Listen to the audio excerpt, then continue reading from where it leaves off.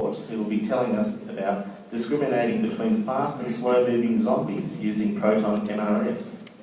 Thank you very much. As we all know, the zombie apocalypse remains a major public health issue. The WHO estimates about 2 to 3% of the world's population will convert every year. And there are two types of conversions, the fast-moving and slow-moving types. And despite our very best technologies, it's almost impossible to distinguish between these two types. So the fast-moving ones are the dangerous ones, right? They attack you before you can get out of the way and then before you can defend yourself.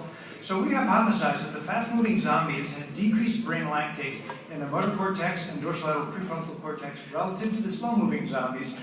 This is due to increased aerobic metabolism, supporting the aerobic metabolism hypothesis, and they have faster reaction times. So we recruited 40 zombies from a local cemetery. We confirmed the diagnosis with skids.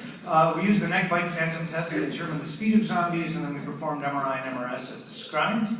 For the MRS, we looked at 3 areas: the right dorsolateral prefrontal cortex, involved with motor intentions, right motor cortex, which of course connects to the body, and the occipital area as a control.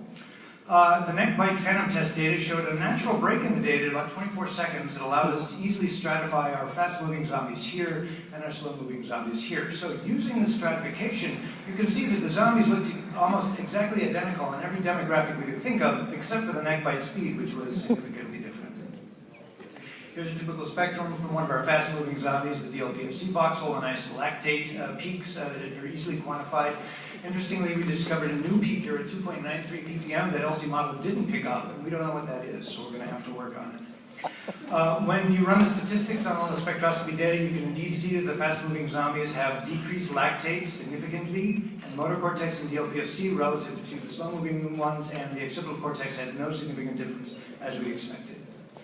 Now, the scatter plots of the data do show that while the lactate is lower in the fast-moving zombies, there's enough of an overlap here that I think lactate is going to end up being a poor biomarker for distinguishing between the two of them. So, in summary, we're the first to perform MRS in zombies. We did find significantly decreased lactate in the RMC and DLPFC of the fast-moving ones relative to the slow. This does support the aerobic metabolism theory.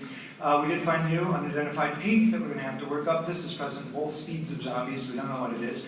And further studies are definitely necessary in this area. So we'd like to thank Derek Jones and Roberta for supporting us in this work, the Psychiatric MRS Study Group where this all started, and of course, Lovers.